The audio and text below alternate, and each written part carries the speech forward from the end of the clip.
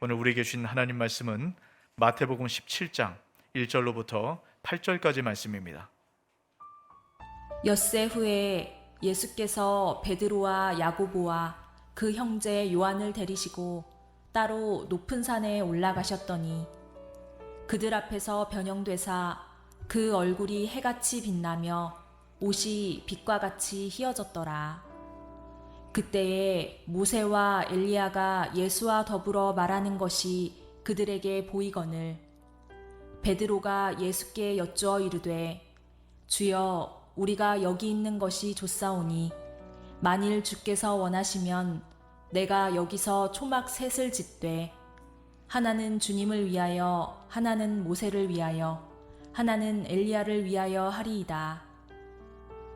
말할 때에 호련히 빛난 구름이 그들을 덮으며 구름 속에서 소리가 나서 이르시되 이는 내 사랑하는 아들이요 내 기뻐하는 자니 너희는 그의 말을 들으라 하시는지라. 제자들이 듣고 엎드려 심히 두려워하니 예수께서 나와 그들에게 손을 대시며 이르시되 일어나라 두려워하지 말라 하시니 제자들이 눈을 들고 보매 오직 예수 외에는 아무도 보이지 아니하더라. 아멘. 아멘. 우리 앞뒤자로 인사할까요? 잘 오셨습니다. 사랑하고 축복합니다.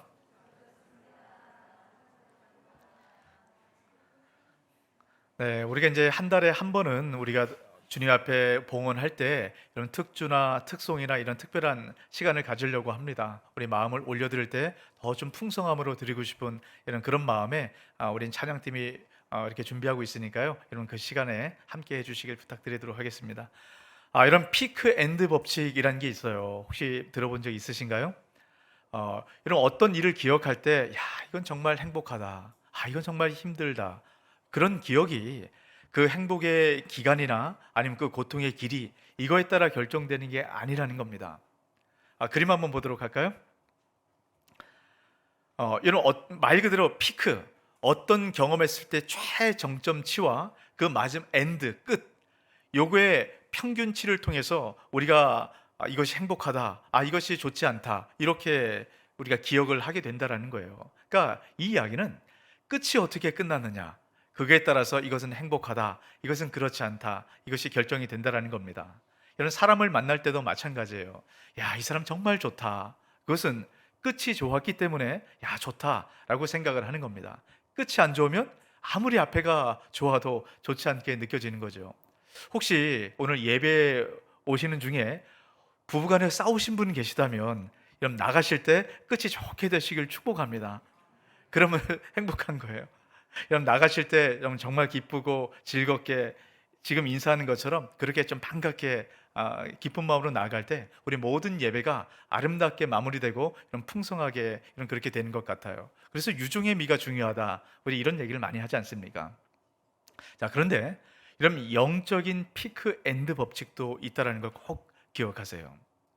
우리가 어떤 영적인 최정점의 그 경험들, 그리고 우리 끝이 어떻게 끝나는가, 이것을 어떻게 아느냐에 따라서 우리 신앙의 인생이 풍성한가 그렇지 않는가 여러분 달라진다는 겁니다.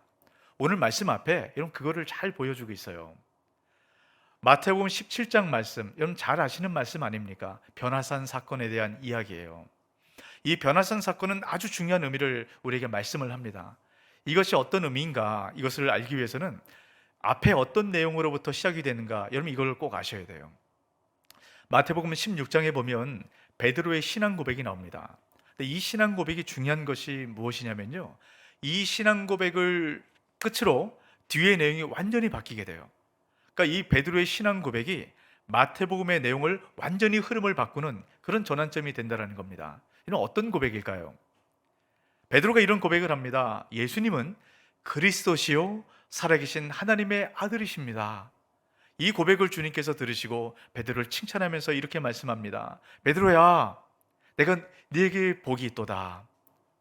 네가 하늘과 땅을 매는 그 권세를 내가 너에게 주겠다. 이 칭찬을 듣고 베드로는 너무 행복했을 겁니다. 여러분, 예수님 제자로 살아가는 것 쉬울까요? 많은 오해를 받고 멸시를 받는 그 일 아닙니까? 많은 걸 포기해야 돼요. 그동안 그렇게 힘들었는데 이 주님 칭찬을 받으면서 많은 위로를 받았을 겁니다. 그러면서 이런 기대를 했을 거예요. 이제 메시아인 예수 그리스도가 이제 하나님 나라를 완성하게 되면 우리가 이제 고생 끝이고 우리가 주님께서 주시는 그 하나님 나라에서 한 자리 차지하겠다, 이런 기대감을 갖고 있었던 것 같아요.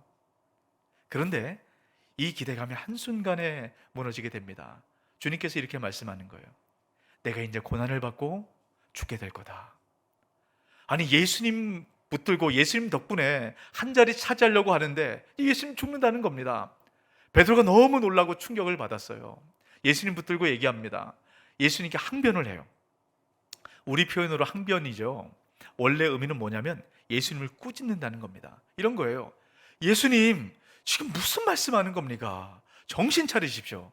조금 힘들다고 벌써 포기하면 어떡합니까? 예수님, 절대 안 됩니다. 바로 이런 얘기예요. 근데 예수님께서 베드로에게 이런 말씀을 하십니다. 사탄아, 내 뒤로 물러가라. 네가 하나님의 일이 아니라 사람의 일을 생각하는도다. 사람의 일이 뭡니까? 베드로가 생각하는 거예요. 제자들이 생각하는 겁니다. 예수님 따라다닐 때 얻어지는 떡고물들, 예수님 믿고 살아갈 때 그 얻어지는 그 풍성함들, 이것을 주님께서 말씀합니다. 여러분, 이 이야기가 얼마나 제자들에게 충격적으로 다가왔을까요? 베드로에게 이렇게 말씀하고 제자들에게 이런 말씀을 합니다. 나를 따라오는 길은 십자가를 지고 목숨을 잃는 거다. 이런, 만약에 여러분이 제자라면 어떤 생각을 했을까요? 야, 내가 그동안 예수님 믿고 따라오면서 모든 거 다 포기했는데, 야, 내가 헛일을 한 거 아닐까?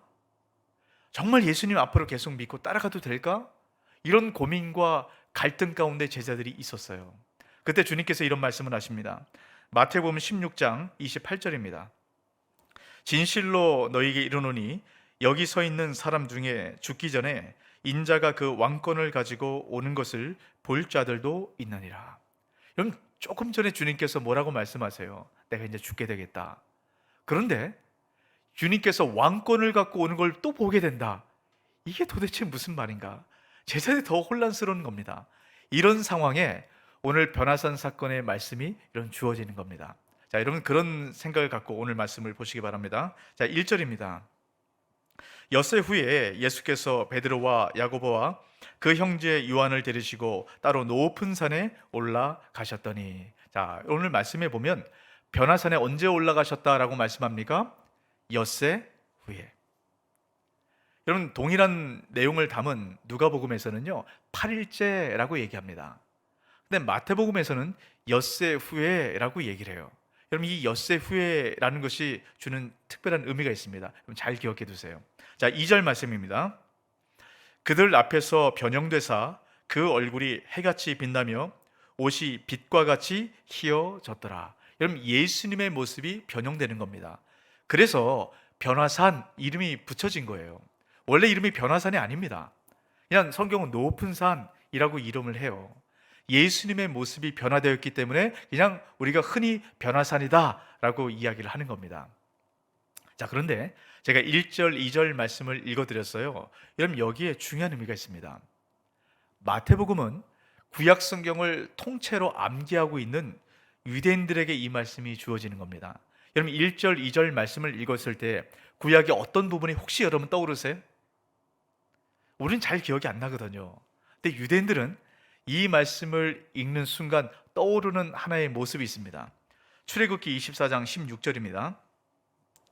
여호와의 영광이 신의 산 위에 머무르고 구름이 엿새 동안 산을 가리더니 일곱째 날에 여호와께서 구름 가운데서 모세를 부르시니라.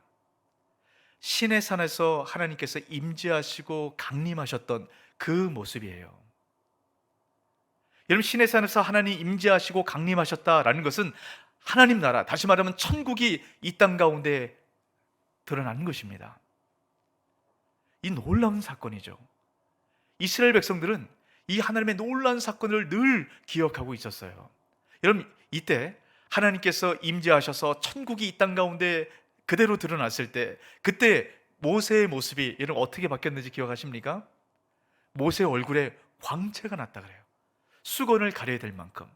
지금 예수님의 모습이 어떻게 변형되셨다고요? 온몸에 광채가 나도록, 여러분 신의 산의 모습을 그렇게 떠올리도록 이 말씀이 기록이 되어 있는 겁니다.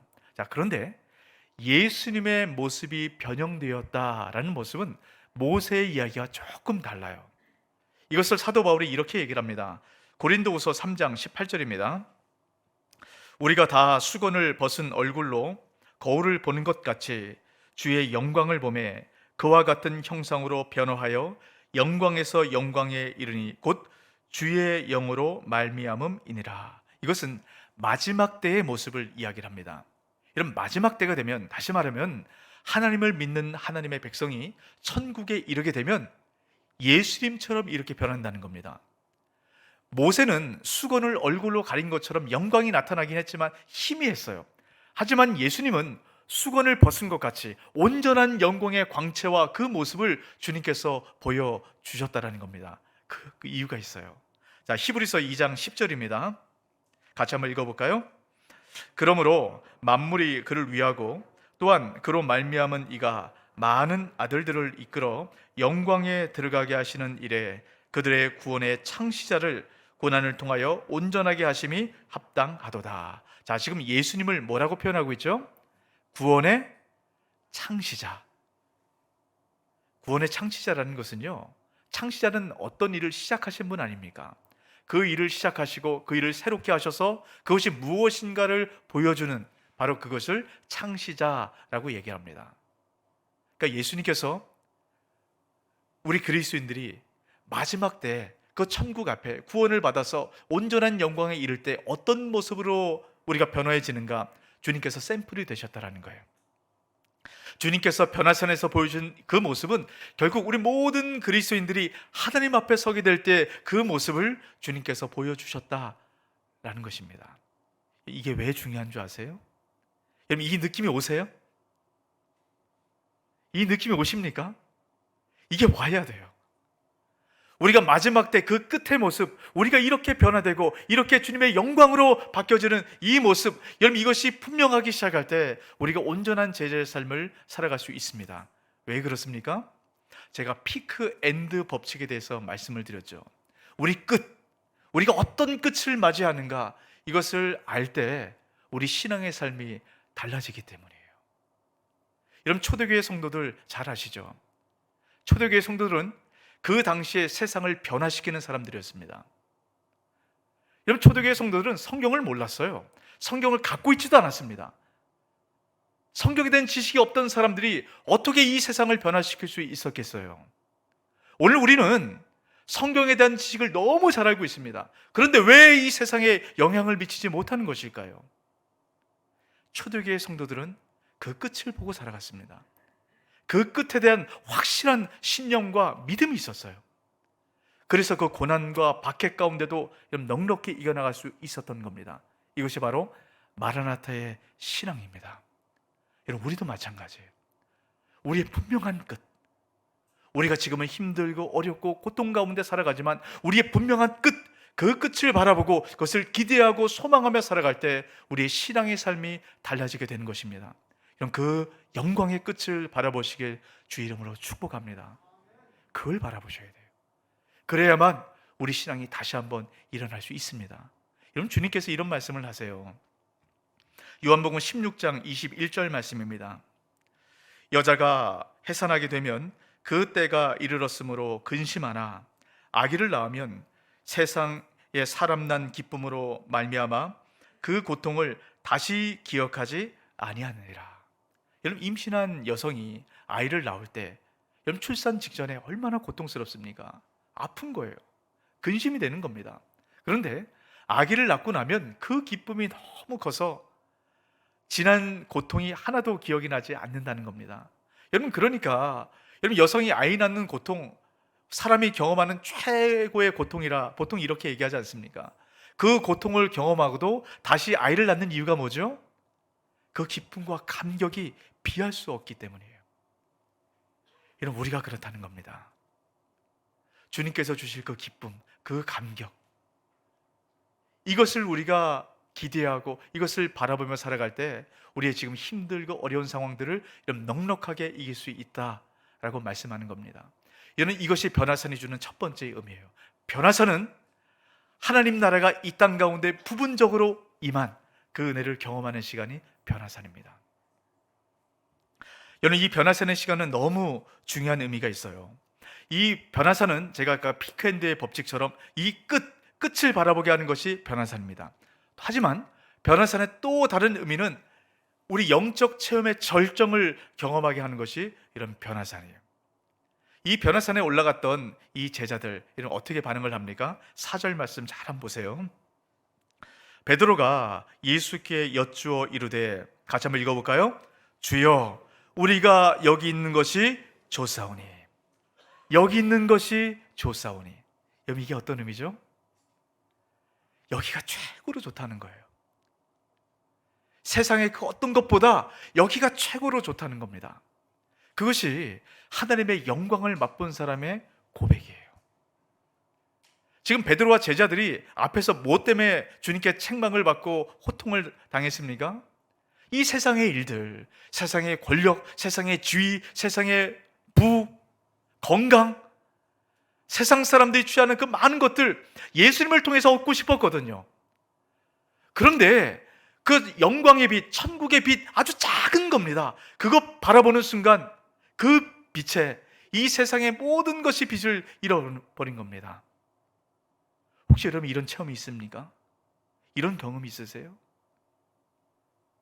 내가 그 예수님 만난 그 기쁨과 그 감격 때문에 주님, 다른 거 다 필요 없습니다. 주님만 계시면 됩니다. 여러분 이런 경험이 있으세요? 이것이 바로 변화산 경험입니다. 이 체험이 있을 때 우리가 온전한 그리스도인의 삶을 살아갈 수 있다라고 말씀하세요. 혹시 여러분 가운데 이런 영적인 체험이 없다면 주님께 간구하십시오. 내가 다른 거 다 필요 없습니다. 주님으로 충분합니다. 이 은혜가 저와 여러분 가운데 가득하시게 주 이름으로 축복합니다. 여러분 이게 얼마나 중요하냐면요, 이 고백을 했던 사람들이 어떤 삶을 살아가는가, 여러분 이걸 잘 보세요. 이런 베드로가 영적인 체험을 했지 않습니까? 변화산의 이 극적인 체험, 이걸 통해서 그 신앙의 삶이 어떻게 바뀌었는가, 인생의 노년에 죽기 바로 직전에 베드로가 썼던 베드로 후서에 이게 잘 드러납니다. 베드로 후서 1장 14절에서 16절입니다. 이는 우리 주 예수 그리스도께서 내게 지시하신 것 같이 나도 나의 장막을 벗어날 것이 임박한 줄을 알미라. 내가 힘써 너희로 하여금 내가 떠난 후에라도 어느 때나 이런 것을 생각나게 하려 하노라. 지금 베드로가 죽기 직전에 임종을 앞두고 있는 것 같아요. 베드로가 이제 마지막 유언적 메시지를 합니다.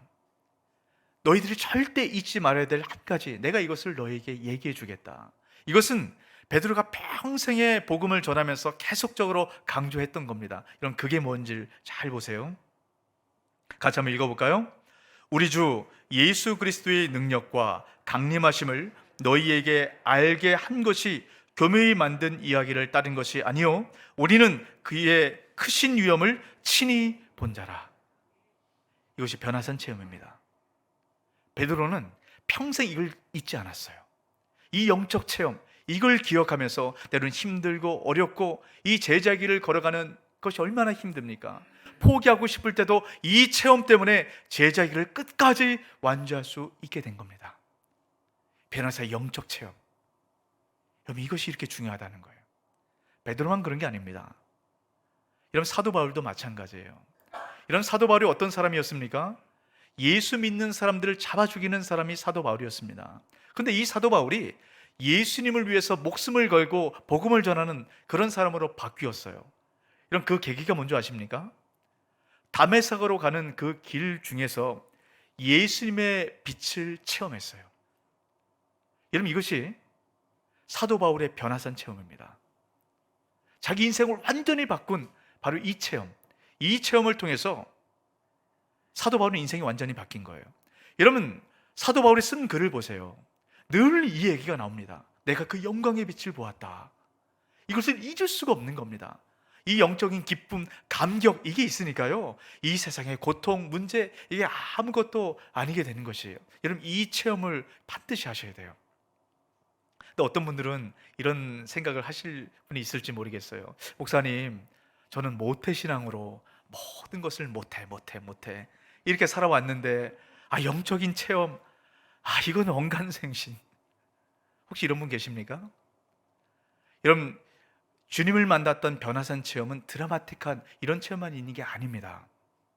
여러분, 20세기 최고의 지성이라고 얘기하는 C.S. 루이스, 제가 몇 번 말씀드렸지 않습니까? 이 C.S. 루이스는요, 모태신앙이었어요. 모태신앙으로 자라다가 무신론자가 됐습니다. 하나님이 없다라고 얘기한 거예요. 그리고 하나님이 없다라는 것을 증명하던 사람이 C.S. 루이스였습니다. 근데 이 C.S. 루이스가 완전히 인생이 바뀌게 되고 하나님을 증거하는 이 세상 철학자들도 감히 C.S. 루이스 앞에 서지 못하는 그런 사람이 되었습니다. 그럼 그 고백을 담은 책을 썼어요. 예기치 못한 기쁨이란 자서전적 책입니다. 3분의 2 정도가 일기 형식이에요.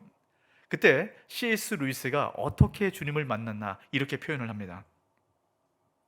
1929년 여름 학기에 나는 드디어 항복했고 하나님이 하나님이심을 인정했으며 무릎을 꿇고 기도했다. 자, 주님을 만났던 지금 영적 체험을 이야기를 합니다. 이 다음을 잘 들어보세요.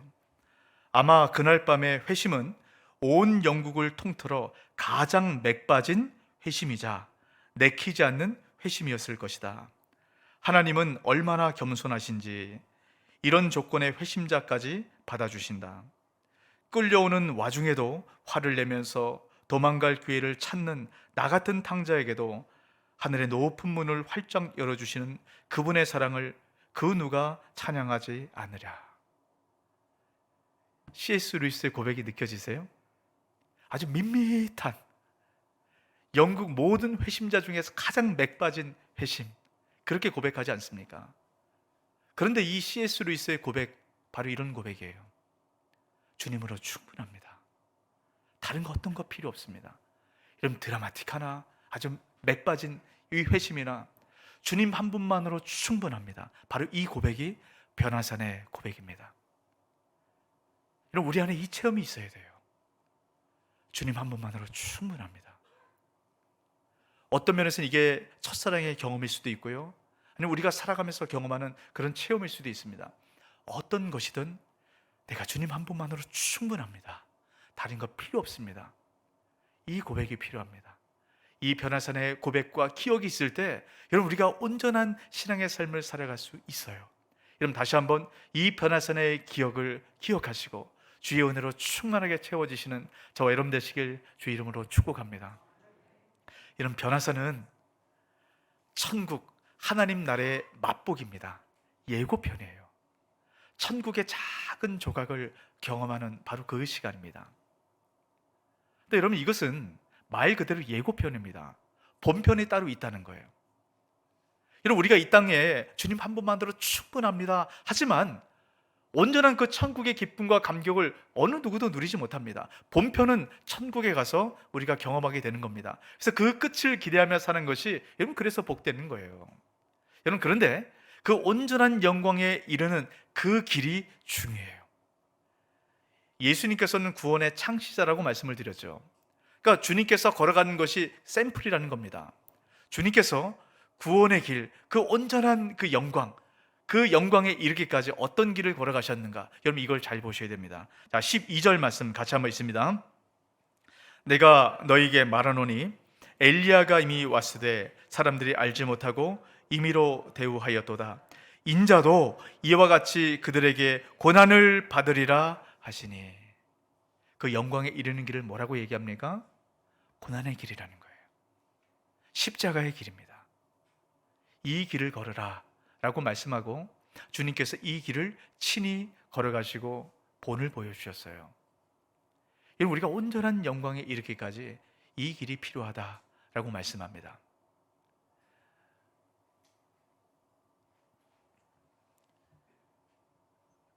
우리 베드로전서 1장 6절에서 7절의 말씀을 우리 같이 한번 읽어보도록 하겠습니다. 그러므로 여러분이 잠시 동안 여러 가지 시련 속에서 어쩔 수 없이 슬픔을 당하게 되었다 하더라도 기뻐하십시오. 하나님께서는 여러분의 믿음을 단련하셔서 불로 단련하지만 결국 없어지고 마는 금보다 더 귀한 것이 되게 하시며 예수 그리스도께서 나타나실 때 여러분에게 칭찬과 영광과 존귀를 얻게 해주십니다. 때는 우리 고난을 여러분 불이라고 얘기를 해요. 왜 주님께서 우리를 고난 가운데 통과하도록 하실까? 그것은 결국 이 세상의 금, 아무리 좋은 것이라도요, 결국 풀무불 안에 이 금은 사라집니다. 하지만 우리가 이 연단 과정을 통해서 얻게 된 주님의 영광은 사라지지 않아요. 제가 지난주에 우리는 질그릇과 같은 존재다라고 말씀드렸지 않습니까? 질그릇 같은 우리 안에 보배이신 예수 그리스도가 담겨졌기 때문에 여러분 우리가 가치 있고 우리가 의미 있는 그런 인생을 살아가는 것입니다. 우리 어떤 때문에 우리가 가치 있는 게 아니에요. 주님께서 우리 가운데 담기셨기 때문이에요. 근데 여기서 잘 기억하셔야 될 게 있습니다. 우리는 지금 천국의 부분적인 은혜를 누리며 살아갑니다. 온전한 영광을 누리기 위해서는 질그릇으로 안 돼요. 여러분 질그릇은 깨진 그릇 아닙니까? 이 깨진 그릇으로는 주의 영광을 온전히 담지를 못해요. 우리가 새로운 그릇으로 바뀌어져 가야 돼요. 그것이 바로 불을 통과하는 시간입니다. 여러분 그릇이 만들어질 때는 두 가지 온도가 있다라고 얘기를 해요. 첫 번째 온도는 800도씨의 온도입니다. 800도씨의 온도는 질그릇이 만들어지는 그런 온도입니다. 아주 쉬운 그릇, 쉽게 깨지는 그릇이죠. 또 하나의 온도가 있어요. 이 온도는 이 세상에서 가장 아름다운 빛깔을 내는 고려 청자를 만들어내는 이런 바로 그 온도입니다. 그 온도가 1250도씨예요. 1250도씨가 되면 자화라는 현상이 생긴대요. 흙 안에 있었던 모든 불순물들이 다 태워지고 흙 속에 있었던 유리질이 밖으로 빠져나오는 겁니다. 그리고 유액과 함께 섞여지면서 아주 아름다운 빛깔을 내고 단단한 그런 고려 청자로 바뀌어진다라는 겁니다. 이런 우리가 불을 통과하는 이유가 그거예요. 주님께서 왜 우리를 불을 통과하게 하십니까? 우리 안에 있었던 가짜 하나님들, 우리가 계속 말씀을 나누지 않았어요? 돈, 권력, 명예, 사람들의 인정, 이런 가짜 하나님, 이것이 이 고난의 불 가운데 다 태워지는 겁니다. 그리고 예수님의 영광의 그릇을 온전히 담을 수 있는 그 그릇으로 바뀌어지고 변화되는 시간이 불을 통과하는 시간이에요. 근데 이 시간이 힘들고 어렵고 고통스럽지만 여러분 이때 주님께서 우리를 그대로 내버려 두지 않습니다. 주님께서 우리에게 주시는 이런 복음이 있어요. 다니엘서 3장 말씀에 보면 느부갓네살 왕이 금 신상 하나를 만들어 놨습니다. 그리고 모든 사람들은 이 신상 앞에 절해라. 그렇지 않으면 풀무불에 집어 던져 불태워 죽이겠다. 이런 공포를 내놨습니다. 근데 다니엘의 세 친구들은 그 금 신상 앞에 절하지 않겠다 라고 선언을 했습니다. 절하지 않았어요. 그래서 다니엘의 이 세 친구들은 풀무불에 던져지는 그 형벌을 받게 됩니다. 얼마나 풀무불이 뜨거웠던지요. 이 다니엘의 세 친구들을 풀무불 안에 이끌어가는 이 사람들이 그 풀무불 앞에서 온몸이 바로 태워질 정도로 그렇게 불이 셌습니다. 이 세 사람이 불 속에 던져졌어요. 여러분 어떻게 되겠습니까? 당연히 불사르고 사라져야 마땅하죠. 자, 그런데 다니엘서 3장은 이렇게 결론을 내려요. 머리카락 하나도 그슬리지 않았고 옷에 탐냄새도 나지 않았다. 어떻게 이렇게 됐을까요? 그 이유를 이렇게 얘기합니다. 다니엘서 3장 25절입니다. 같이 한번 읽습니다. 왕이 또 말하여 이르되 내가 보니 결박되지 아니한 네 사람이 불 가운데로 다니는데 상하지도 아니하였고 그 넷째의 모양은 신들의 아들과 같도다 하고 세 명이 들어갔습니다. 근데 그 풀무불에 한 사람이 더 있는 거예요. 그 형상을 뭐라고 얘기하죠? 신들의 형상과 같았다. 여러분 이방 왕이 그렇게 얘기합니다. 근데 이 신들의 형상과 같은 그 아들 같은 그 사람이 누굽니까? 예수 그리스도를 의미해요. 여러분 우리가 왜 풀무불에 사르지 않는 줄 아십니까? 우리의 죄악으로 말미암아 우리가 지옥의 풀무불에서 우리가 완전히 소멸될 그 고통받고 죽게 될 우리 대신 주님께서 지옥의 풀무불 안으로 들어가셨어요. 그런 모든 고난을 당하셨습니다. 그 예수님 안에 있는 모든 사람들은 더 이상 고난의 풀무불의 영향을 받지 않아요. 더 이상 우리는 소멸되지 않는다는 겁니다. 예수 안에 있는 사람들은 그 고난의 풀무불을 지날 때 우리가 영광의 그릇으로 만들어지는 그 시간을 주님께서 우리에게 주신다는 겁니다. 이게 복음이에요. 우리 모든 그리스도인들의 고난은 주님께서 우리 인생을 새롭게 만들어 가시고 주의 그 영광의 그릇, 주의 천국의 축복, 이것을 받을 수 있는 그릇으로 빚어가는 바로 그런 시간이라는 겁니다. 저는 지난 한 주간 동안에 그런 한 분을 만났어요. 그 얘기를 듣는데 제가 참 감동이 되고 감격이 됐습니다. 그래서 그 집사님과 이야기를 하다가 이 얘기를 제가 우리 성도들과 설교 중에 좀 나눠도 되겠는가, 그 허락을 받고 제가 이 얘기를 나누게 됩니다. 그 집사님은 어떤 대기업의 중견 간부로 계셨던 것 같아요. 근데 이 보통 이제 기업체들 보면 이제 불법과 편법의 이 중간 사이를 오가지 않습니까? 근데 이 불법적인 그런 일이 있었던 것 같아요. 근데 이분은 뭐 중간 간부니까 뭐 위에서 시키는 대로 하지 않았겠습니까? 근데 이것이 문제가 됐던 것 같아요. 법적으로 문제가 됐습니다. 그래서 이제 검찰에 고발이 된 거예요. 누군가 책임을 져야 되지 않습니까? 근데 이 집사님의 윗사람들은, 책임을 져야 될 사람들은 다 꼬리 자르기를 하고 다 책임을 지지 않아요. 근데 이 집사님도 충분히 뭐 그에 관련되긴 했지만 책임자는 아니니까 사실 그렇게 책임질 필요는 없습니다. 근데 이 집사님 안에 그런 마음이 들었다는 거예요. 이 일에, 불법적인 일에 분명히 관여했기 때문에 주님 앞에 회개하는 마음과 함께 이것에 대한 책임지도록 하는 그 하나님의 마음이 느껴졌다는 겁니다. 그래서 이 일에 이 집사님이 책임을 지겠다, 회사에도 다 얘기하고 이건 내가 다 했다, 이렇게 얘기를 했다라는 겁니다. 근데 사실 이 집사님이 책임질 만한 그런 내용이 아니었다라는 거예요. 여러분, 우리는 보통 어떤 생각을 합니까? 주님께서 이렇게 말씀하시면, 야, 이제 내가 주님 말씀대로 순종하면 이제 곧 주님께서 은혜 주시겠거니, 이렇게 생각하지 않아요? 그런데 이 고난의 시간이 4년이 흘렀다는 거예요. 이 4년 동안 아무것도 못하는 겁니다. 이 시간이 지나고 이 풀무불의 시간을 통과해서 이 모든 과정이 통과한 이후에 그 집사님이 이런 얘기를 하세요. 주변에서 많은 최고의 변호사들과 또 주변에 많은 지인들의 도움을 받을 수 있었는데 이 집사님이 다 끊었다는 거예요. 전적인 하나님만 의지하겠다.